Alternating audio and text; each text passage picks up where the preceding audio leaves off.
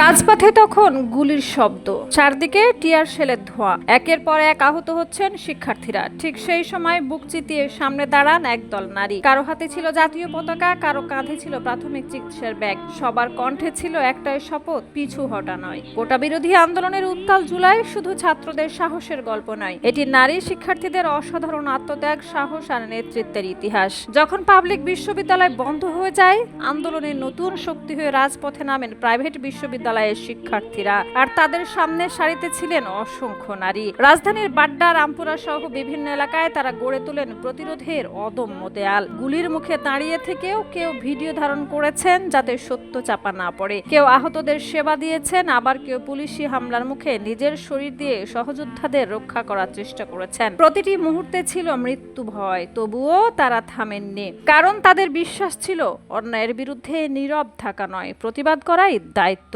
নারী শিক্ষার্থীদের ব্যাগ তখন যেন ছোট্ট একটি হাসপাতাল।